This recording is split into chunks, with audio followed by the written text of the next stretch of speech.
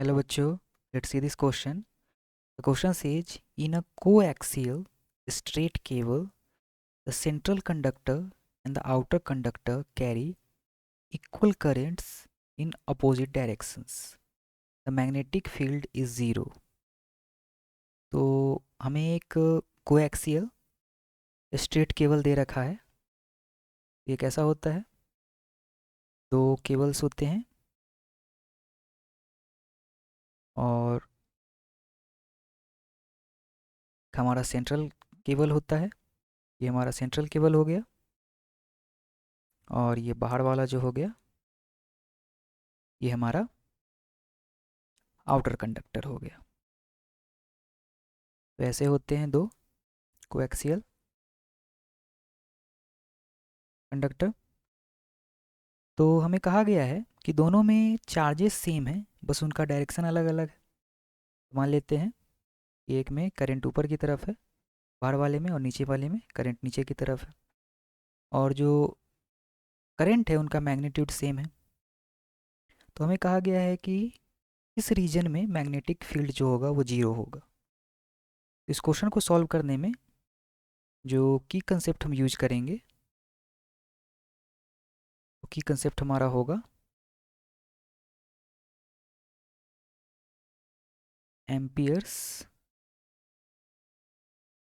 Law का concept. क्या कहता है एम्पियर्स लॉ? क्या होता है फॉर्मूला उसका?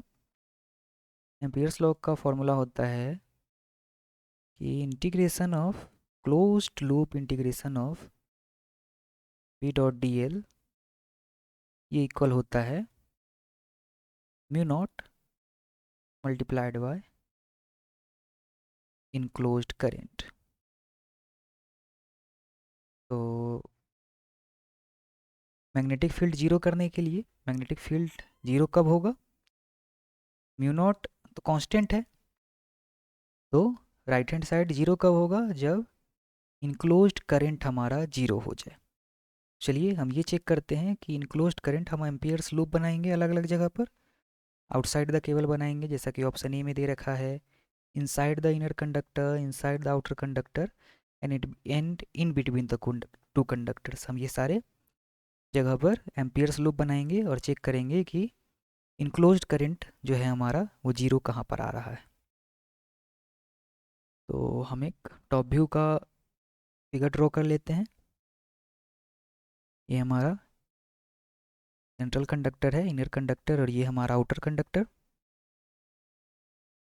इनर कंडक्टर में हमने क्या माना था कि करंट नीचे की डायरेक्शन में है, करंट नीचे की डायरेक्शन में है, और आउटर कंडक्टर में करंट जो है वो ऊपर की डायरेक्शन में है। तो पहले हम ड्रॉ कर लेते हैं एक amperes loop outside the cable.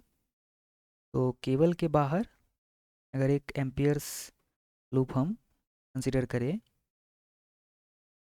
ये हमारा एम्पियर्स लूप हो जाएगा आउटसाइड द केबल। तो इसके लिए आई इनक्लोज कितना हो गया? इनक्लोज करंट हम देख रहे हैं कि अंदर वाले कंडक्टर में नीचे की तरफ है, ऊपर वाले कंडक्टर में, बाहर वाले कंडक्टर में ऊपर की तरफ है। तो दोनों का डायरेक्शन मैग्नीट्यूड सेम है, डायरेक्शन अलग अलग है। तो एक के लिए प्लस आई हो जाएगा, एक के लिए माइनस आई। तो आई इनक्लोज क्या हो जाएगा? Zero.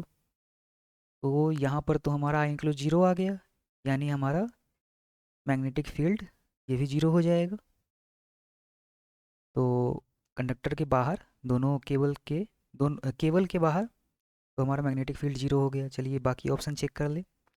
Inside the inner conductor, तो इनसाइड द इनर कंडक्टर यहाँ पर अगर एक हम एम्पियर्स लूप कंसीडर करें, तो हम देख सकते हैं कि चूंकि ये इनर कंडक्टर के अंदर है, तो जो आई इनक्लोज्ड होगा ये कुछ ना कुछ होगा, और जो आई इनक्लोज्ड, अगर आई इनक्लोज्ड जो हमारा होगा ये जीरो तो नहीं होगा, ये ग्रेटर देन जीरो होगा। तो इसलिए कंडक्टर के अंदर तो जो है हमारा मैग्नेटिक फील्ड ये भी